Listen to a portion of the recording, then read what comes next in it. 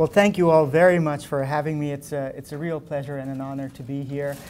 And so my talk today, as you know, is going to be on education and youth in South Asia.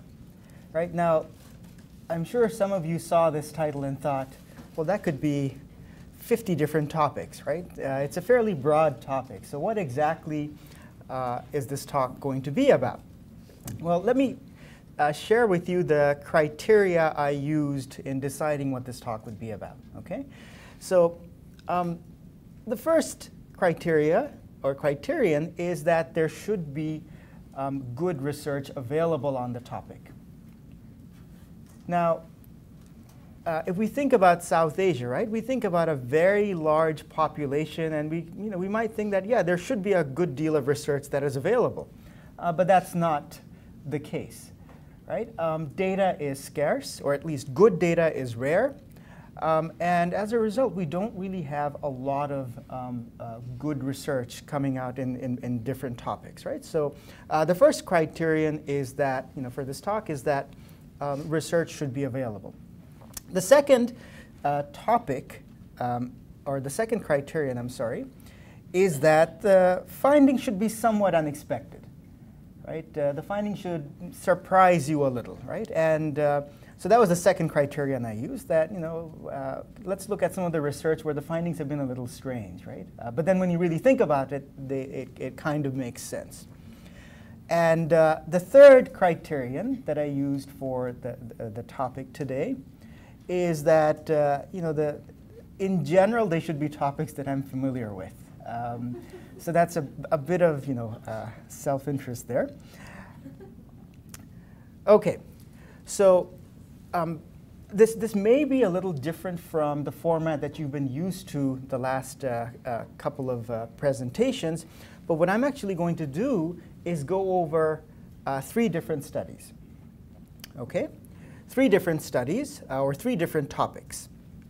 The first topic is going to be on Madrassa education in Pakistan.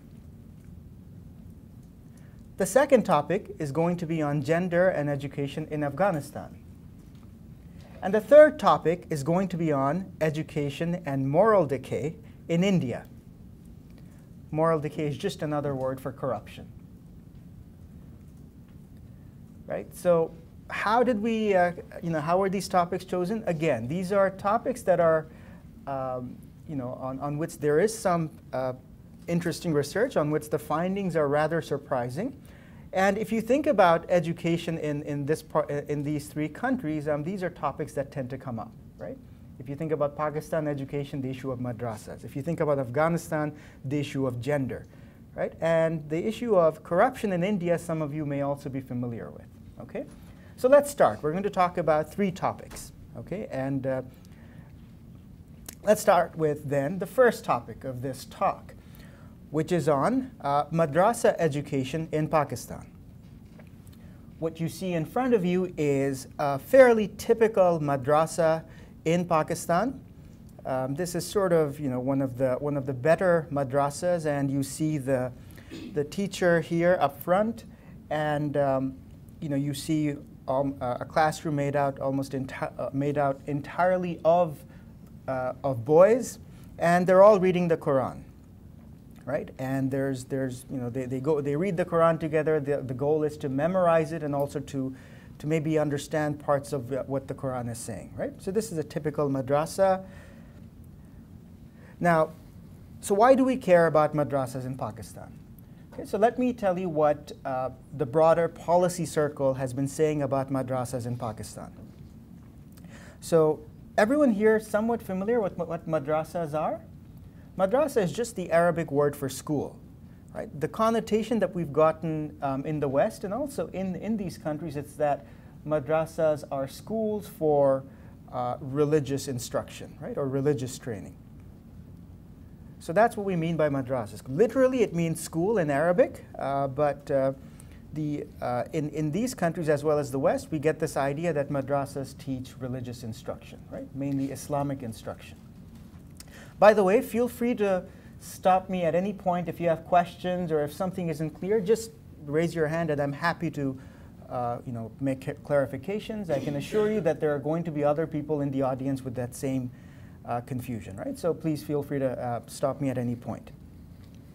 So should we really be worried about madrasas in Pakistan, right? And we have the general concern seems to be from some very influential people that madrasas brainwash children and turn them into extremists and possibly terrorists. How many of you have heard that concern before? Most of you, right? I mean, you've heard some version of that argument made that madrasas are preparing these terrorists who go on and who attack, who cause 9/11, who cause suicide bombings in Pakistan and Afghanistan and India and so on, right? So here's a quote, and this was written by two Washington Post reporters following the 2005 bombings in London, right? Some of you were very young, but in 2005 there were bombings in London carried out by Islamic extremists, and what they wrote at the time in the Washington Post is, as I quote, "Jihadi extremism is still propagated at radical madrasas in Pakistan, and now it seems the hatred these madrasas breed is spilling blood in Western cities as well." Right? So what are they saying? They're saying basically that we've long known that madrasas produce these extremists who go out and who commit these violent acts such as killings and suicide bombings within their own countries. And now what we're seeing is that these same graduates of these madrasas are coming into London, are coming into New York, and committing these heinous acts. Right? We have other noted personalities making similar statements. Colin Powell, who also said in 2005, he called madrasas breeding grounds for fundamentalists and terrorists. We have also a quote that was posed, that was made by, or a question that was asked by the former Defense Secretary Donald Rumsfeld, who was under the Bush administration. He asked, "Are we capturing, killing, or deterring and dissuading more terrorists every day than the madrasas and the radical clerics are recruiting, training, and deploying against us?"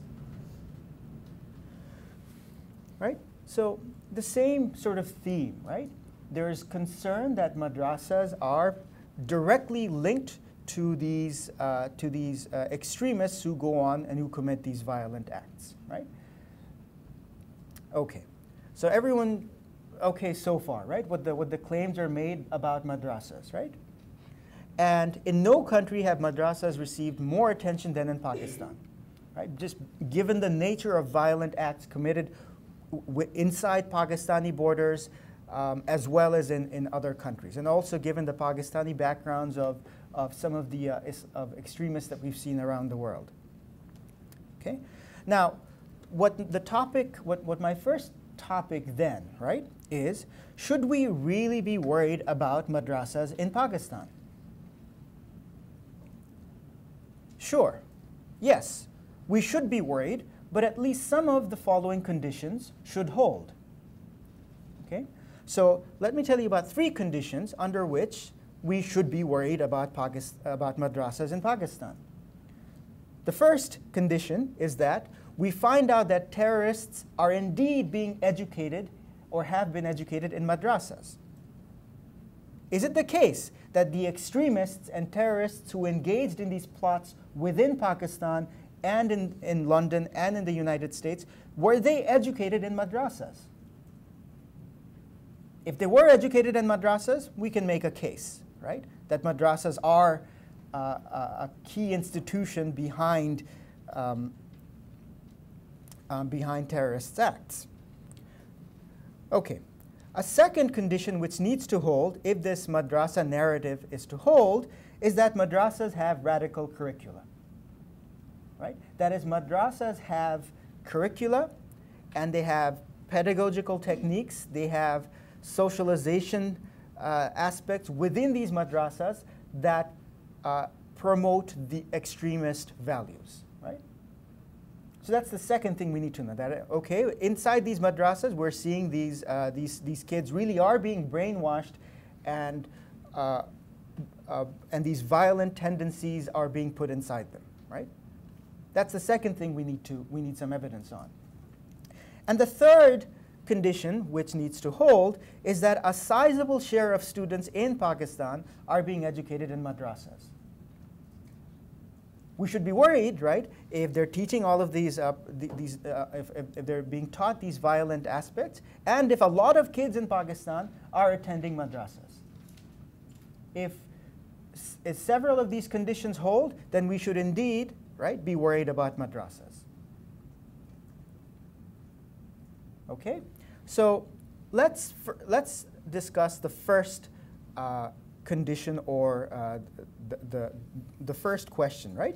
Which is, are terrorists being educated in madrasas? Or if we look at all of the captured terrorists or people who've been involved in these extremist activities within Pakistan and in London and the US, did they have backgrounds in madrasas?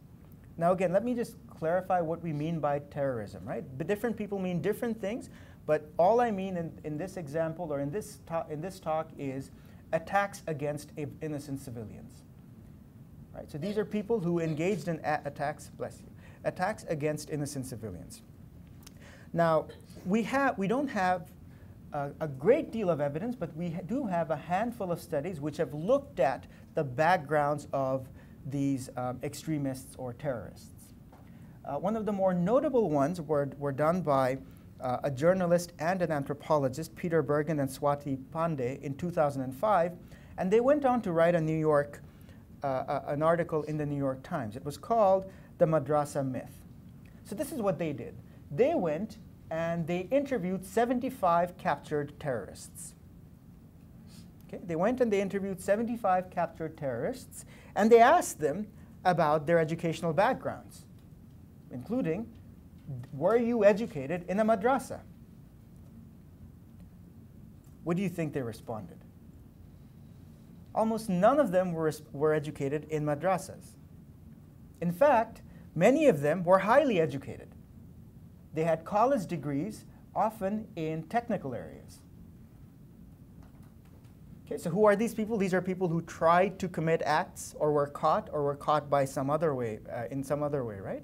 So if you look at the backgrounds of people engaging in these extremist activities, you find that almost none, or very few, have actually ever been to madrasas. What kind of education did they have?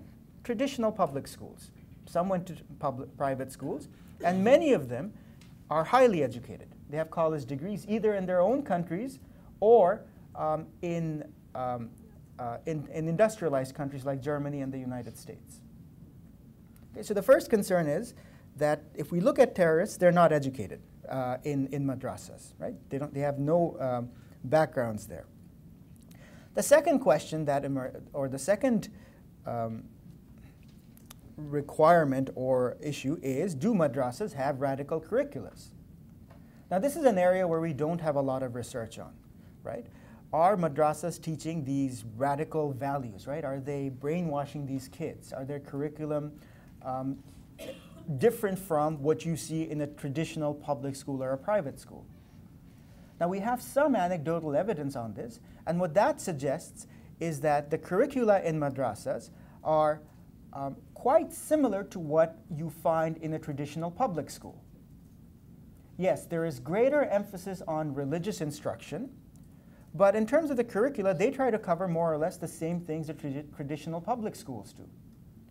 One difference is that their quality is often a lot weaker. They lack the staff and the resources to offer a decent quality education. Not that the public schools are all that great, but if you look at madrasas in Pakistan, the curricula there's a good deal of overlap with the traditional public school curricula, and they emphasize more on religious instruction. Okay, now this is again anecdotal evidence. There's been some field work, but not a great deal of research on this topic. Okay, so the possibility that that some madrasas teach extremist values, that's still possible. That still may be the case. But let me take you to the perhaps the most surprising piece of research out there, which is on I'm not sure why it keeps changing, but okay. So this is on what share of students in Pakistan are enrolled in madrasas. So remember, I said before that we should be worried if a lot of students are going and being educated in madrasas, right? Madrasas are teaching these horrible things, and a lot of kids are going and being educated in madrasas. Now, shortly after 9/11, several think tanks began to come up with estimates of how many students were actually educated in madrasas. And at the time, reports varied from about 10% of all children in Pakistan were being educated in madrasas to claims that almost a third, that is over 30% of kids in Pakistan were being educated in madrasas. Okay, these were known, this was sort of the accepted, these numbers were not very disputed until fairly recently. Now let's have a little survey here in the class, right? I hope you weren't able to see the response in the slides. But if you had to guess, right, what share of children in Pakistan attend madrasas? Now I realize you may not be all that familiar with children in Pakistan, and that's okay, but just a wild guess, right? Just for fun. So the first option is option A, more than 60%. Option B is 40 to 60%. Option C is 10 to 39%. Option D is between 1 to 10%. And option E is less than 1%. D, 1 to 10%? OK. How many of you say A? Let's see how many people say A. More than 60. OK, no one more than 60. B, about half. 1%. About half, OK. C, 10 to 39%. 1, 2 people, OK. D, 1 to 10%. Nice. 1, 2, 3, 4, 5, 6, 7, 8, 9, 10. Wow. OK. OK. And then finally, E, less than 1%. 1, 2, 3, 4, 5, 6. How many of you saw the slide? 1. OK. OK, so I think most people here, right, the guess is that 1 to 10%. Folks who picked E, you're right. Less than 1%. And not just less than 1%. Let me give you we have a very specific number, which is 0.3%. 0.3% of children in the 5 to 19 age group in Pakistan are enrolled in madrasas.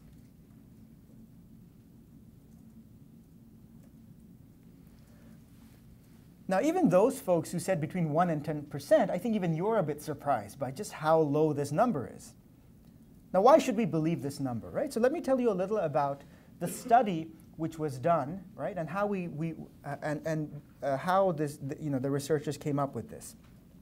This research was done by a team of researchers from Pomona College, the World Bank, and the Kennedy School at Harvard. Okay, and what they did was they looked at the census for Pakistan, right? This is the data that the Pakistani government collects for 91, 98, 2001. So that's their first source, the census for Pakistan. The second source they looked at was the Pakistan Integrated Household Survey. So this was done in collaboration between the World Bank and the government of Pakistan, but the statistics division. And third, they had a third source of data, which is they went out there and the researchers went out there and collected the data themselves. Okay, so we have data from 3 different sources who used 3 different definitions of madrasa enrollment, and these were collected in 3 different periods of time by people with very different institutional commitment affiliations. So after doing this, right, after doing this exercise, and this was a fairly lengthy exercise for them, they came up with this number of 0.3%.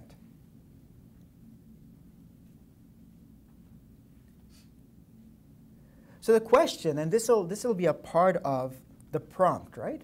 Which is, should we really be worried about madrasas in Pakistan? Okay. A point that I just wanted to add about this is that, okay, if we know, if some of you might be thinking, well, madrasas are not a big issue, then what do we know? What level of education should we be worried about?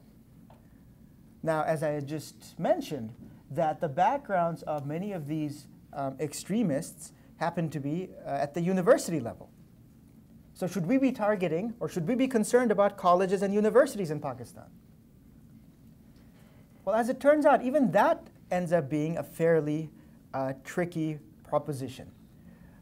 My own research looked at what the attitudes of university and college-educated Pakistanis are like towards suicide bombing and towards other extremist activities.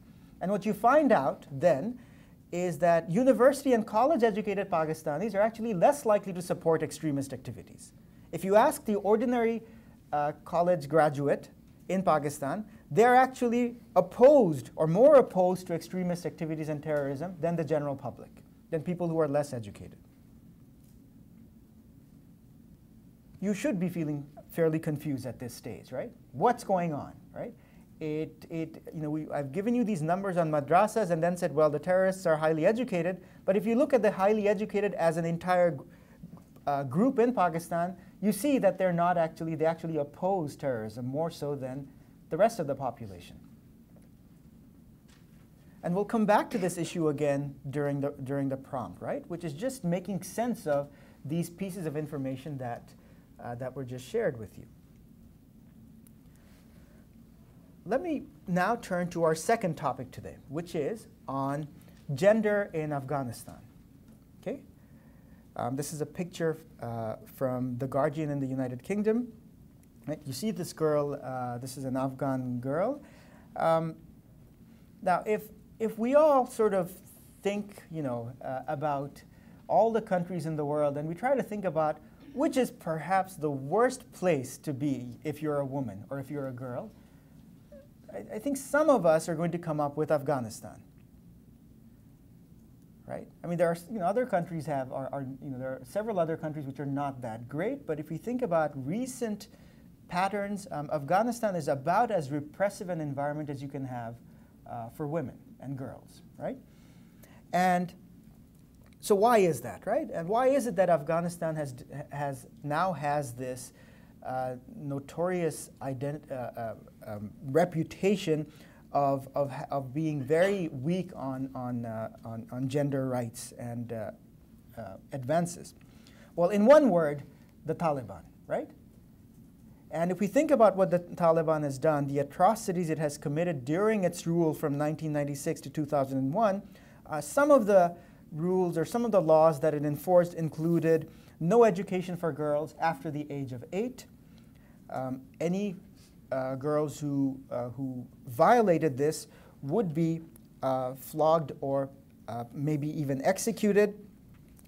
If we think more about sort of the gender situation in Afghanistan, there are almost no labor market prospects for women during the era of the Taliban, right? Women were not, by law, they were not allowed to work in mixed environments, but that basically ruled out most work environments, right? So they're not allowed to go to school, they're not allowed to work, which meant partly that female teachers were also not allowed to work, right? In schools, you didn't have female teachers. Matters started to improve after the Karzai government came in and after foreign donors and the US forces went in. We've heard that matters for women have started to improve.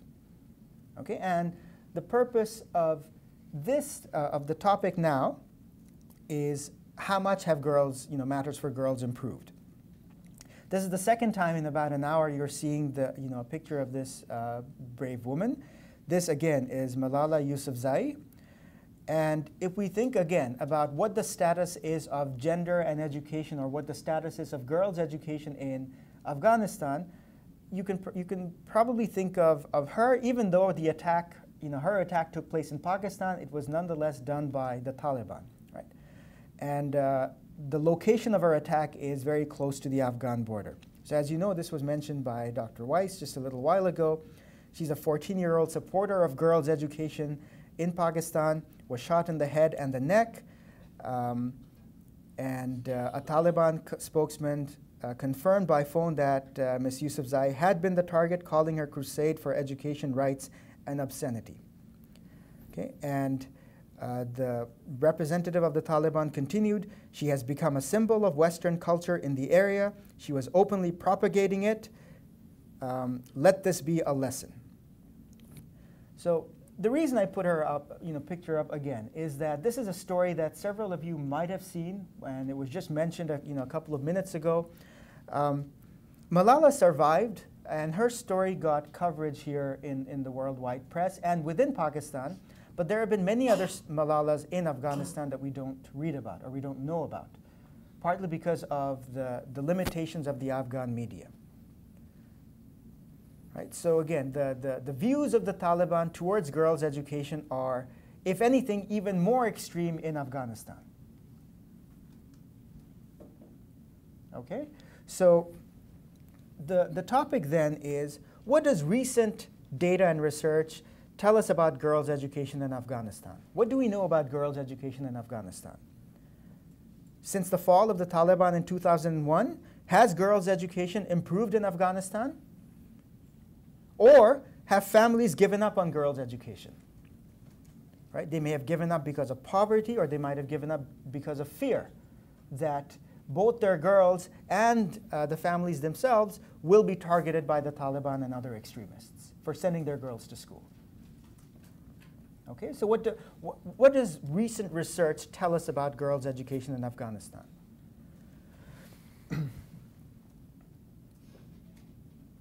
What do you think? Has it gone up? Has it gone down? Has it more or less the same? Any guesses? Yeah? You'd say it's gone up? Who thinks it's improved? Who doesn't think it's changed much? Again, let's think of the context, right?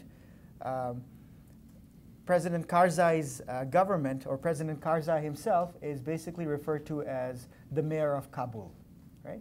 So what that means is all of the forces and all of the support you see are, all of the law and order that you see are restricted to Kabul. Outside of Kabul, it's the wild frontier, right, where the Taliban still have a great deal of influence. So if we sort of just look at these facts so far, it's unclear, right, how girls' education may have changed over this period of time, because again, the Taliban still are very visible in Afghanistan. Well, here are the data. We have data from 2007-2008, and the overall school enrollment rate for children in the 5 to 19 age group is 37%.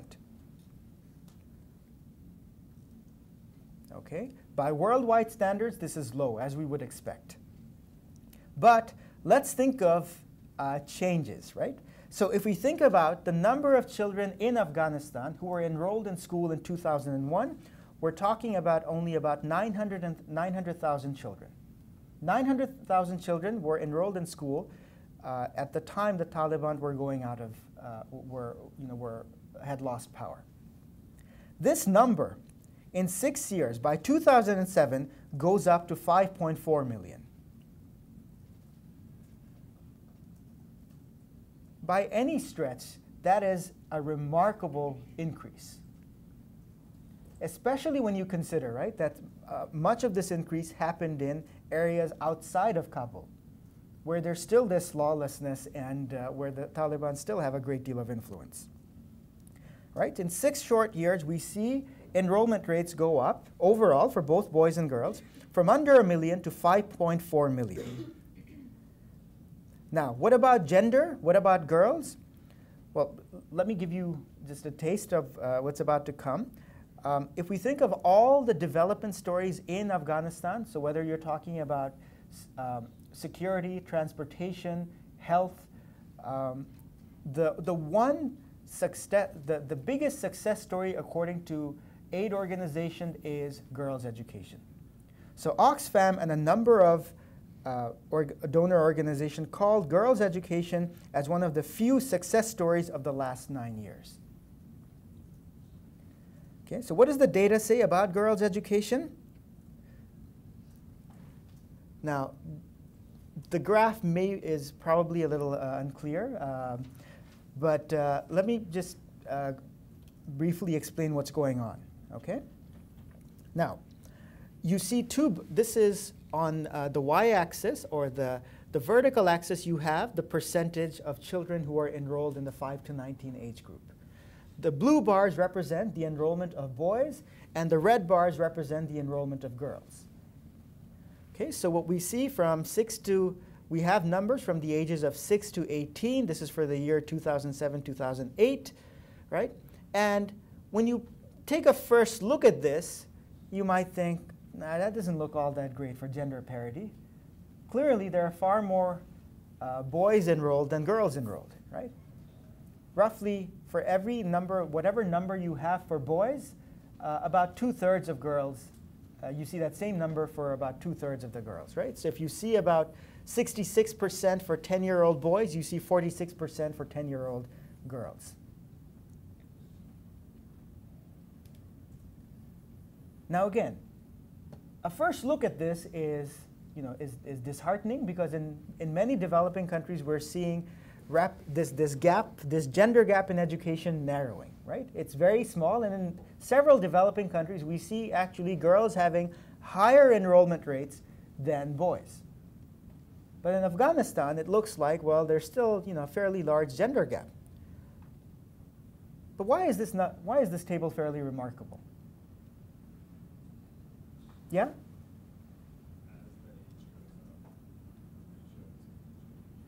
As ages go up, yeah, the gap doesn't change. So what does that mean? That even at older ages, right, a good share of girls are being kept in school. That is, even after the age of 8, a fairly high number of girls are being kept in school. Now remember, the Taliban are no longer in power, but their official stance was, beyond the age of 8, girls should not be in school. And so what this demonstrates, right, that families and communities are resisting. Here's another remarkable part, right? I mean, if you look at the numbers, so if we look at the numbers from 8 onwards, right, they range from about 44 to 18%, right? In the critical ages of, the critical primary school and secondary school ages, the enrollment rates for girls are between 45 to 30%. Let's think of why that is remarkable, right? If we just think of 2001, for all intents and purposes, those numbers were 0.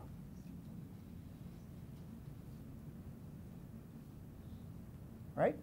When the Taliban were there, those numbers were very close to being 0.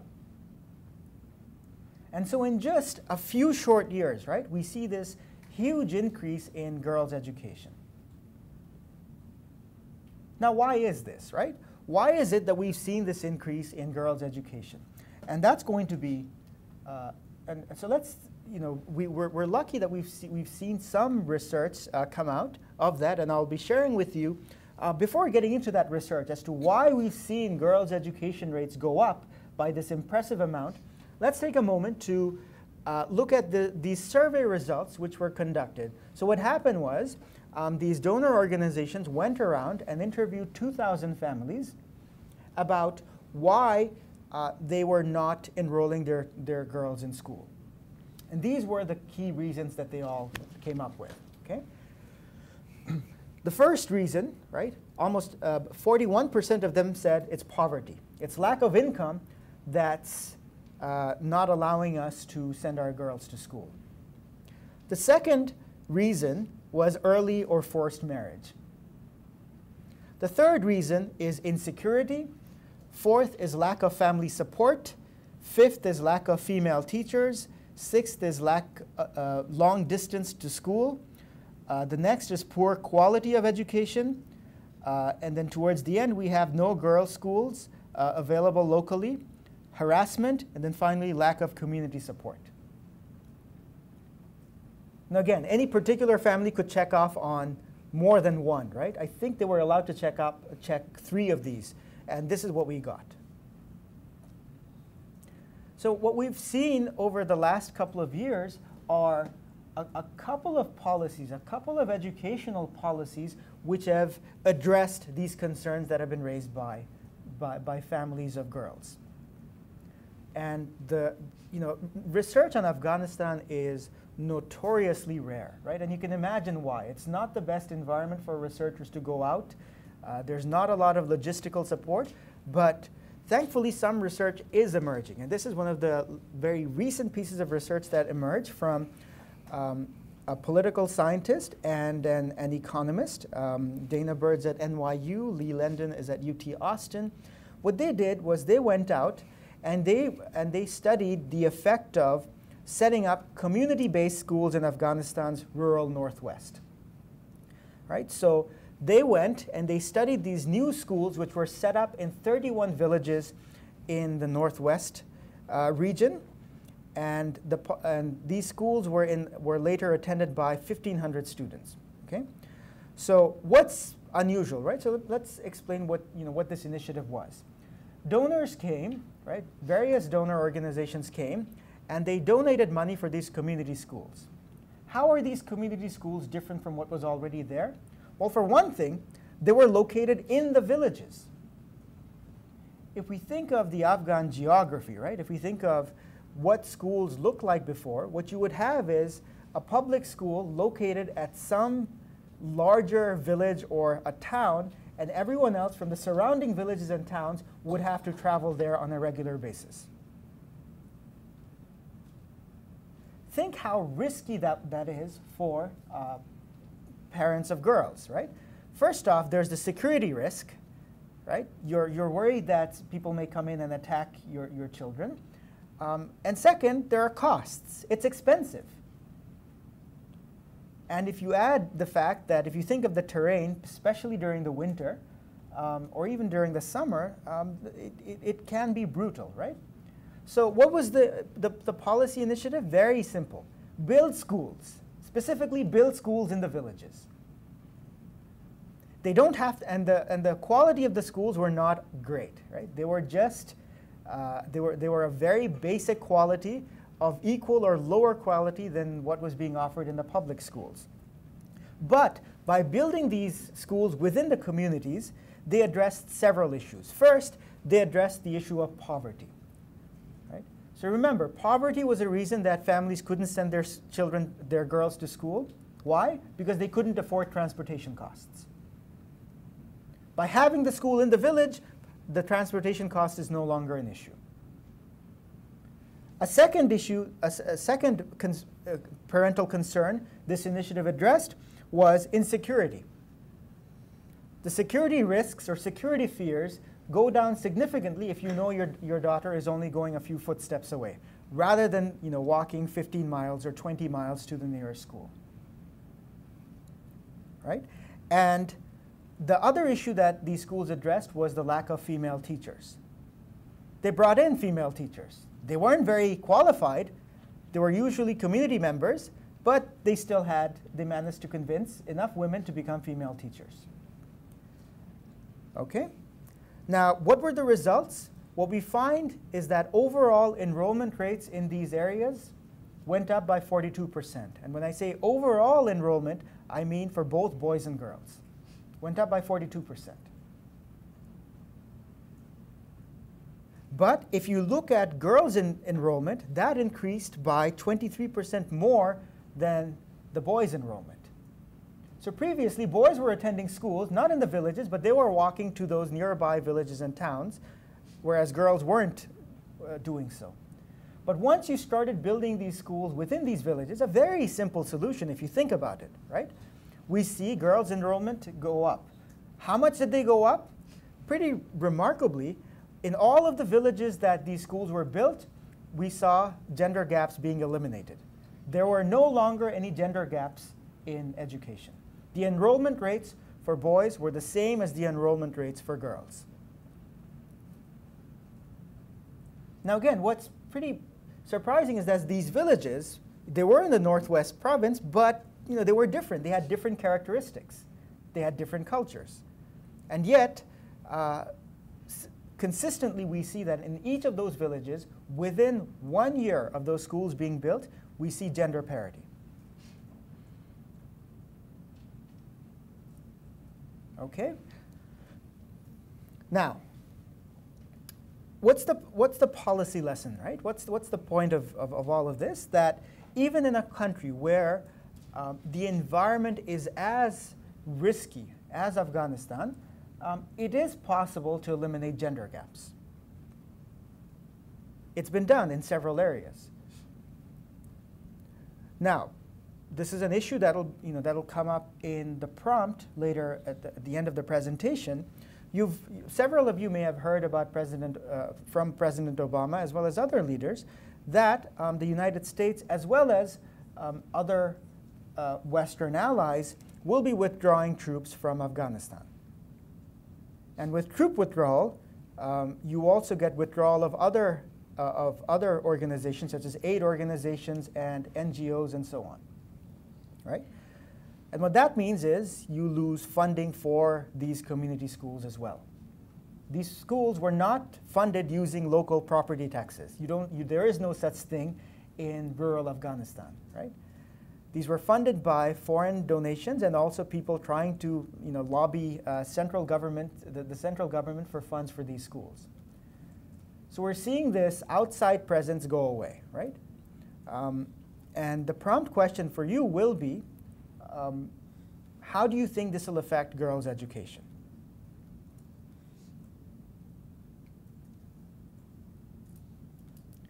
Okay. Now if I may, I'd like to now move on to the last topic on today, which is on education and moral decay in India. Okay. So education and moral decay in India, this was a picture that was just published a few weeks ago from the New York Times. And what this picture is showing, these are members of a government vigilance team, right?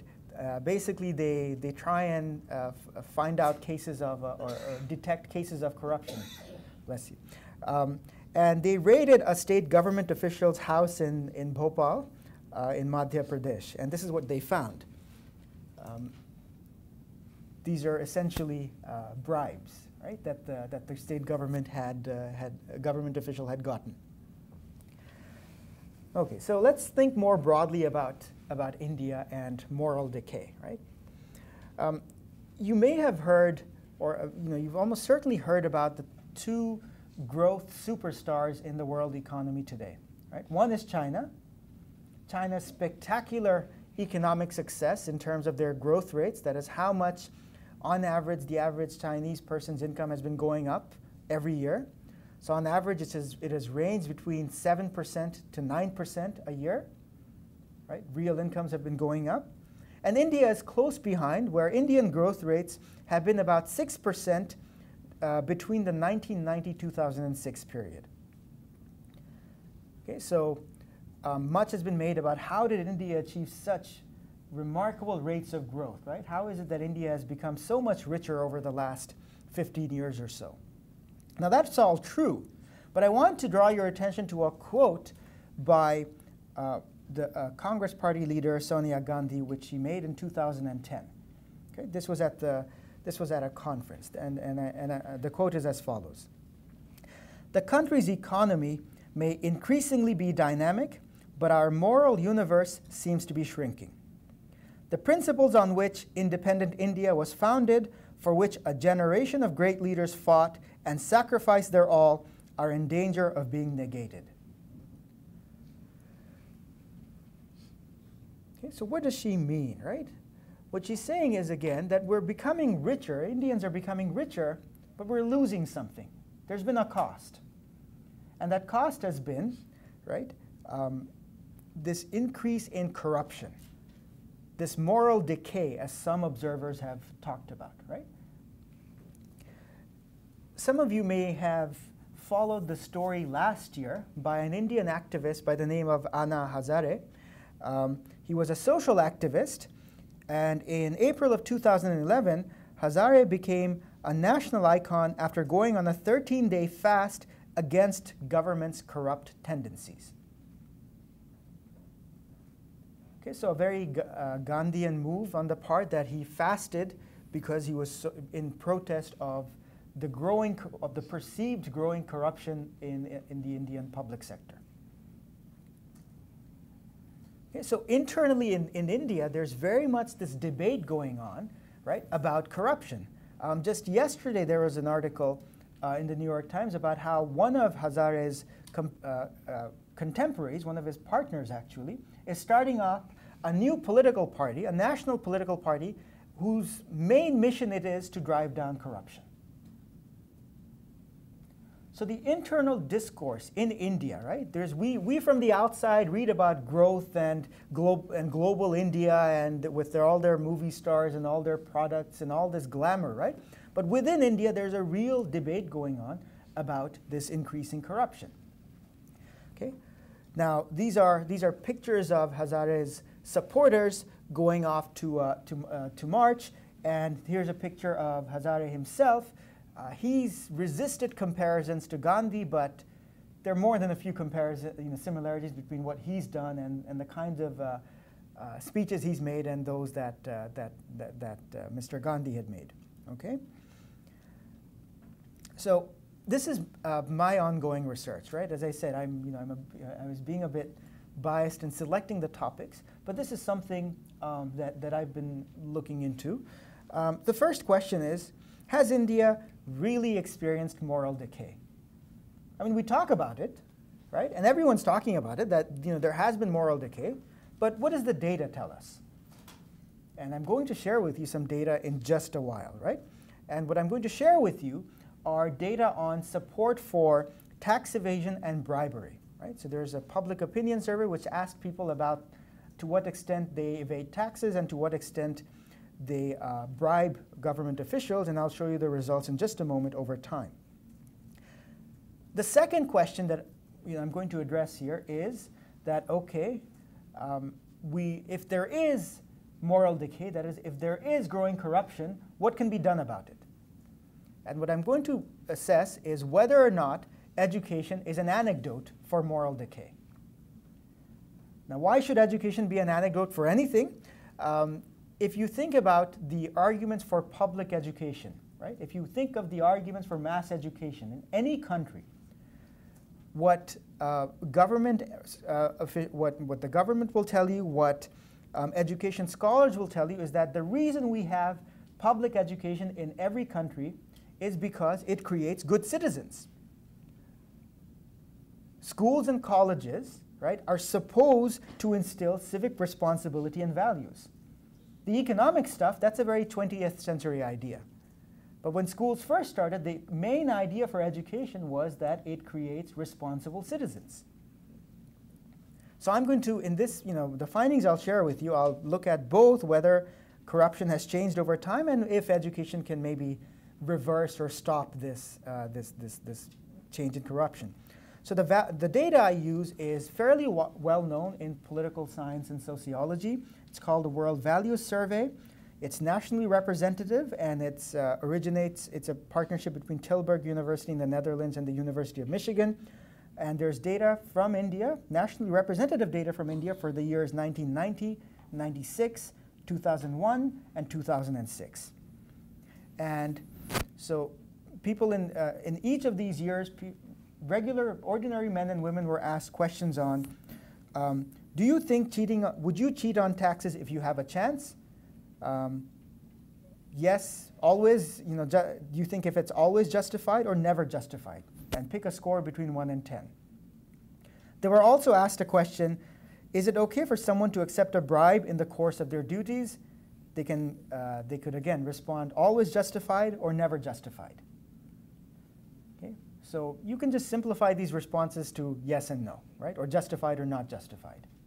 And that's what I do in my study is it justified to cheat on taxes if you get a chance, and is it justified to give a bribe or to accept a bribe? But these are the results, right? And I want to just I want you to appreciate just how spectacular these are. Now, what I have here, right? This is a sample of over 7,000 Indians. let's look at 1990. If you in 1990, when Indians were asked this question, 1.9% said it was okay to cheat on taxes, and 1.8% said it was okay to bribe someone. By 1996, this increases slightly to 3.7 and 2.5%. By 2001, this goes up to 11.3 and 7.7%. But by 2006, the numbers are troubling, right? Look at how much they've gone up, 23.8% and 23.2%. So from about 1% of the population saying that these are okay, that these are justified, we now have a quarter of Indians believing that these activities are justified.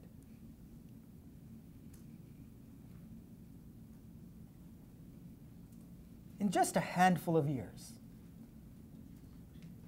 Right? So the first question about, has India really experienced moral decay? Absolutely. Right? This is not just, people have sort of had a gut sense about this. People living in India have sort of been realizing it. But we now have numbers to substantiate this. Okay, so that's the first question. The second question is education an anecdote?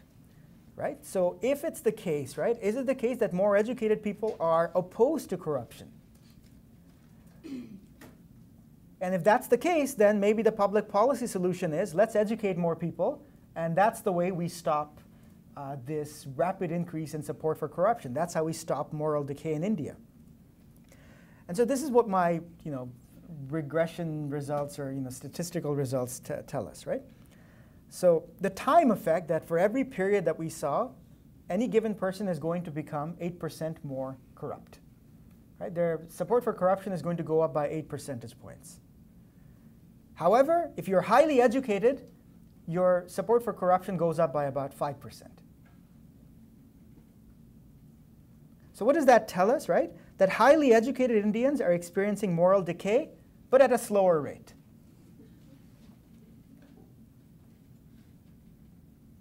Does that make sense? Right? Everyone else is becoming corrupt at a pretty alarming rate, right? But the highly educated ones are becoming corrupt, but at a slightly slower rate.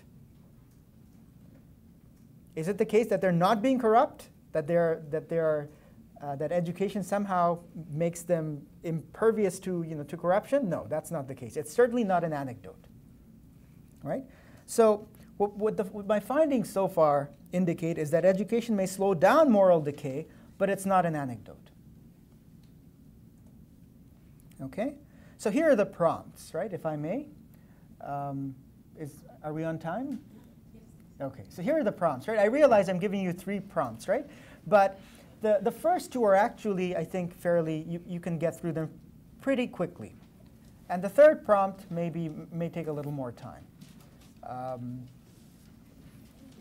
I'm happy to talk to you about these and other education and youth issues after this. Thank you.